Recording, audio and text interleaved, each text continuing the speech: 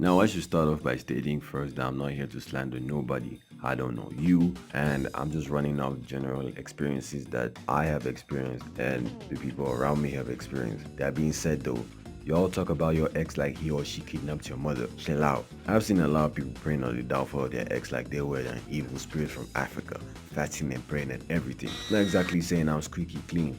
I'm a D1 hater myself, Kendrick Lamar would be proud, but at least I'm not thinking of putting explosives on your mother's car. I mean, there are still human beings at the end of the day who have flaws just like us, and sometimes y'all be the problem. But you gotta remember, fellas, your ex is your ex for a reason. I'm sick and tired of people constantly breaking up and getting back together, and breaking up and getting back together. Like, do you now remember the shit you was going through before making these decisions? And in this day and age, it's hard for people to change, especially in a relationship, because everyone seems to lack adaptability or self-awareness. It's kind of like a lottery ticket at this point. You can either get a really good person who's willing to build with you and stay by your side, or you can end up finding out that they are a shit person with a shit personality and maybe even kill the man once, who knows. And even after all that, some of you will still decide to go back. Why? And a lot of relationships these days seem to be experimental. You knew before the relationship started that it most likely won't work out, but decide to give it a shot, thinking maybe they will change or you will change them. I can save her type shit. Very gorgeous to me! And there's nothing wrong with that. I'm all for working things out. Shit, call me Bob the Builder the way I'm trying to fix shit. I'm not perfect, but there are obvious issues that just realistically can't be fixed, either because of them or because of you. Again, you still decide to go off and on with that person for 9 months. A literal child can be made in that same time frame, and your relationship is still receiving catch-up. And sometimes when they come back, it's because nobody wanted them, which can be hard to believe.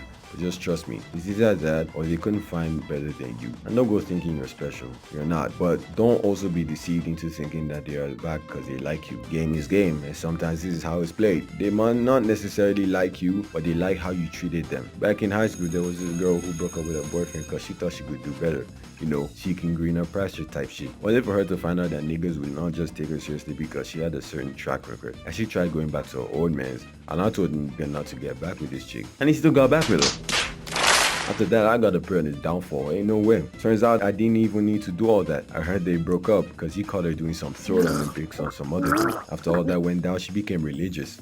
I guess she was tired of getting on her knees for the wrong reasons. And I know it's not an easy thing for a lot of people, especially if it's you got the relationship, you know, your feelings and stuff. And I understand, but let's be honest with ourselves. Genuinely, do you think it's worth it? Because most times, nah, we tend to create this false reality in our heads, especially with people that we have been with a long time. And our life kind of intertwines with theirs, and now you cut them off, so it's messy, and you know, you built your whole routine and everything around them.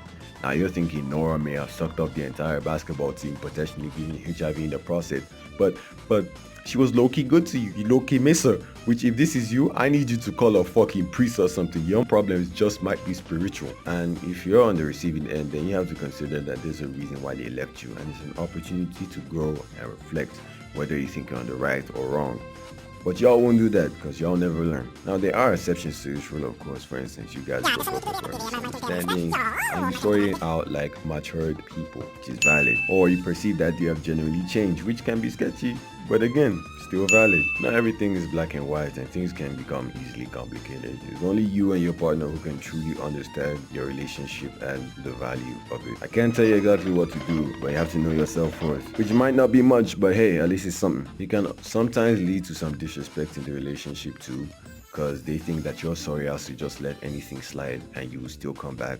Guys, you know what I'm talking about. I don't know about you, but I can't tolerate disrespect from nobody. It don't matter if she got a ass fatter than Megan Thee Stallion. I do not care. I'm bougie. And I'm not saying you should completely cut them off, although that's what I do, but I feel like giving actual good advice today. I still think you can have a genuine platonic relationship with your ex. Some genuine connections can still be had with that person. Again, completely platonic, just as friends. Cause I see you niggas still smashing your ex. Man, them do not be led astray by a piece of booty. It is a rusty coin slot. It is not worth it.